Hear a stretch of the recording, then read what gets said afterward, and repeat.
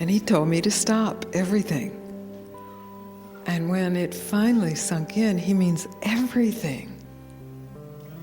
Really, everything. Then there was a point of meeting. A point where our eyes met, where our minds were open to one another, where our hearts were beating in love, where there was nothing in the way of one-to-one, oneself to one another. And what occurs in a true meeting where there is no conception of what is occurring is the truth of who you are. Hello and welcome to Being Yourself, Self-Inquiry with Gangaji.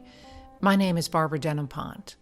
This month, April 2020, marks the 30th year since Gangaji met her beloved teacher, Papaji. And I want to celebrate that meeting with our podcast today. And of course, I also want to be relevant. I want to be able to offer you a podcast that speaks to this moment in history we all find ourselves in, living with the coronavirus and all it has wrought. As I looked into the archives, it was clear that Papaji's essential teaching, of course, is always and absolutely the most relevant. In this monologue I found, recorded in 2004, Gangaji speaks about what Papaji told her 30 years ago, that no matter what role you find yourself in this moment, simply stop everything. Let's take a listen. Hello, everyone. Welcome. Welcome.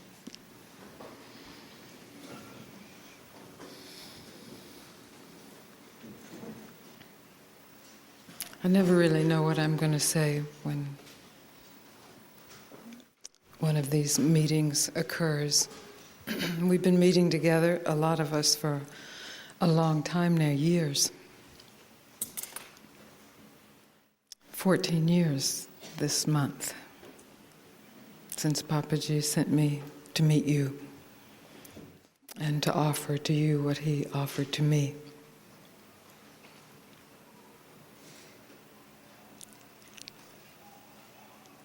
And really, the fact that I never exactly know what I'm going to say is the essence of the teaching.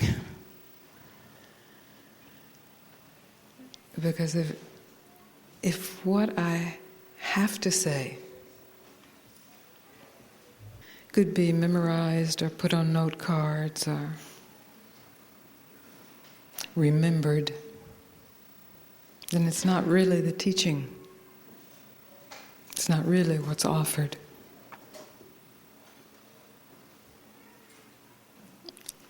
I'm playing the role of the teacher here. And you're playing the role of the student in this moment. Or maybe the anti-student who's in the room with a teacher, a so-called teacher. So that there's that spectrum.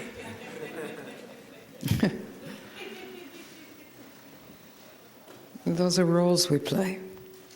And all of us play many roles in our lives. Roles of parent or roles of child, lover, friend, husband, wife, worker, quitter, victorious one, defeated one, sick one, healthy one, living one, dying one, and many, many small subtext. And there's nothing wrong with that. That's just the play. We are in this multidimensional, extraordinary, awesome play. So that's what our point is here today. To first recognize that there are a multitude of roles, many seconds of roles, that have all been conditioned and digested to such a degree that they're unconscious. They just seem to be who you are.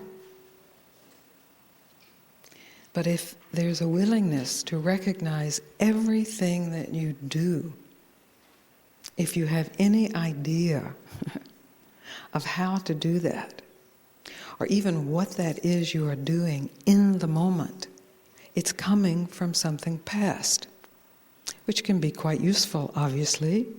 You don't need to relearn the alphabet every time you write a word, or relearn your multiplication tables, or relearn how to drive, or relearn how to work a computer. It's very useful. The only problem with it is if you believe the roles to be the truth of who you are.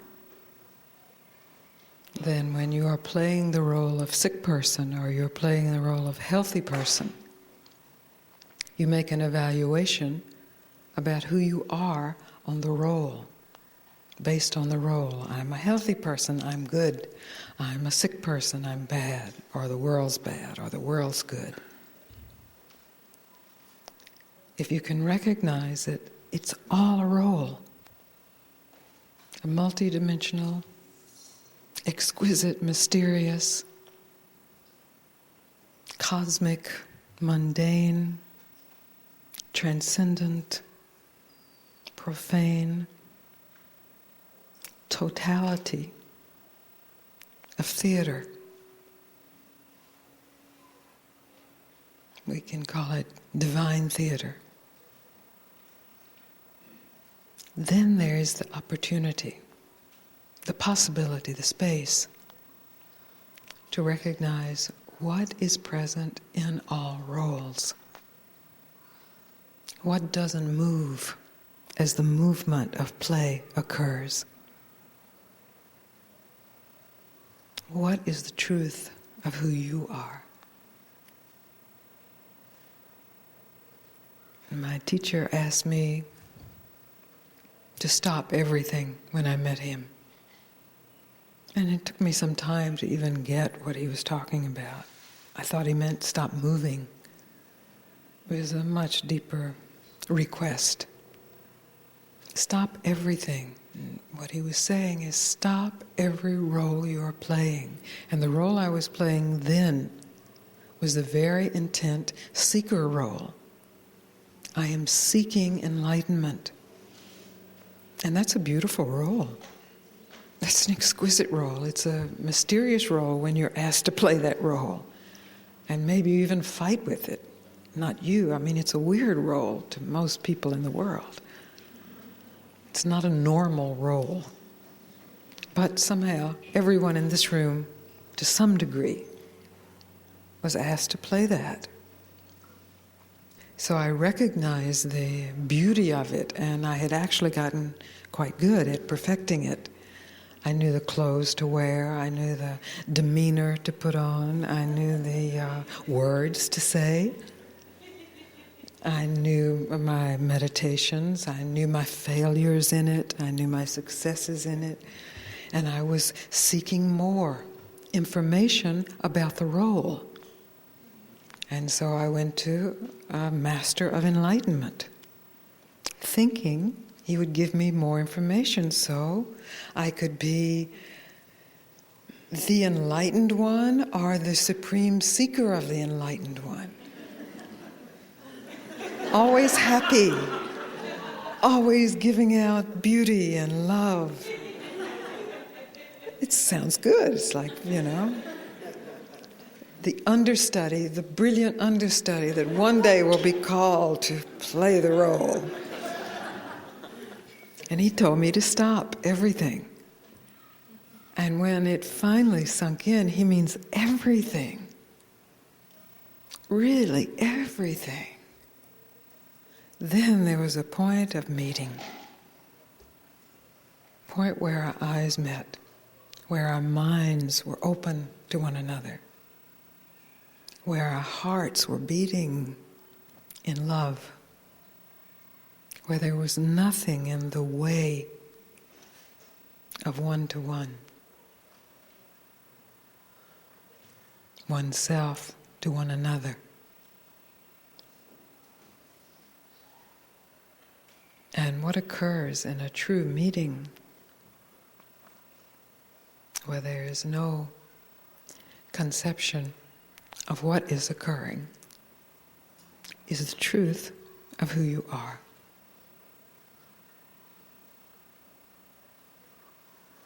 It is an exquisite experience. And the tendency is to try to capture that experience and to hold it. But my teacher said, stop. Everything. Even that. Don't hold this. Don't hold that. Don't keep this. Don't keep that away. Don't be this. Don't be that. Just be. And I thought that meant retreat to India, live at his feet, never play any of my other roles again. And he told me to stop that also. As he put me on a plane, back to you. And invited me to play this role. Not to play it 24 hours a day. Just to play it when it occurs. And to always tell the truth in the playing of who one is. So that is the essence of the teaching. The play of the teaching is discovering how it is we conceptualize what it is we are looking for, what it is we love, what it is we know to be true. And those are our conversations. Those are our dances together. Those are our words. Those are our roles. When you receive the transmission of this teaching, however you receive it, through a look, through a word, through a TV screen, through nature, the mystery of no event occurring, it doesn't matter. Whenever you receive the transmission, at that point there is choice in your life. Before that, there's no choice. It's all just mechanical play, robots playing. But at that point, there is choice. Not choice based on I know, but choice based on I don't know. I don't know. Not I know that I don't know. That's too much. That's another role. A deeper, truer, more alive, I don't know. Which then led into the second part of his teaching, which was wait and see. Stop, wait and see. Very simple. Endless. Of course, it requires an enormous amount of trust. Because all that we think we are, all the roles we have played or we have seen played in our parents or our leaders or our teachers or our advertisements or movies or all that we have put into ourselves, all that we have said, no, never that. We all sense that that's there. And the fear is that if we wait and see, what we will see will be very bad news. Because we've played the role of being nice and wonderful and lovely, but we know inside there's a wretched, horrible, ugly, mean-spirited person who does selfish, greedy, lustful things. Not like everybody else. Or the reverse, depending on if you're inflated with yourself, then you think everybody else does that, not like you. Any of those in here? Because generally I'm speaking to people who have learned to be humble, and in that have learned to hate themselves for their arrogance or for their parts of themselves that slip by the humility. So it requires a huge amount of trust, a leap into not knowing. And I'm here to tell you that it is very good news. As my teacher's presence was telling me, it's very good news. As Ramana's presence, as the moment of not knowing, your own presence is saying, this is good news. If in not knowing, you're not seeking to know, if you stop.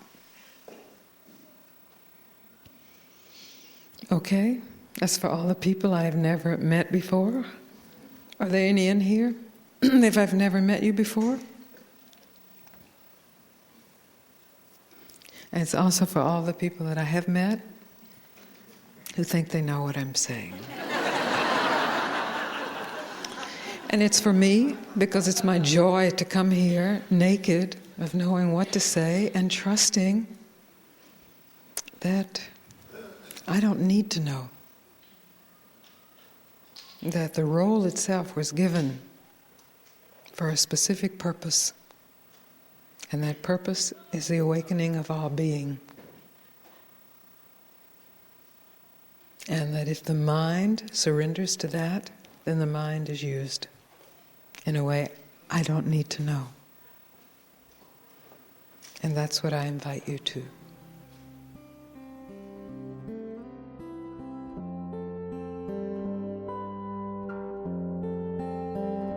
Well, I am supremely grateful for the role that Papaji played in Gangaji's life, and she in turn has played in ours.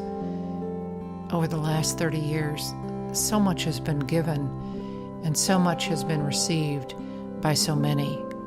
And it is this essential recognition that allows us to play our roles full out and to play them from the ground of love. And I just can't imagine a time in our lives where that is more important and meaningful.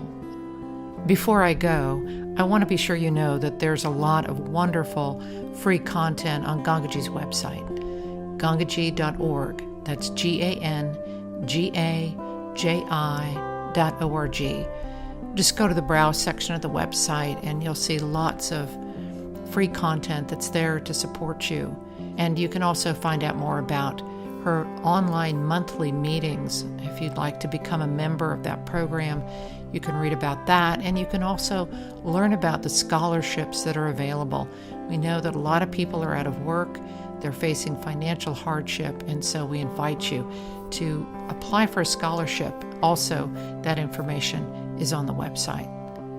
So from all of our homes to all of yours, we send our love and our friendship.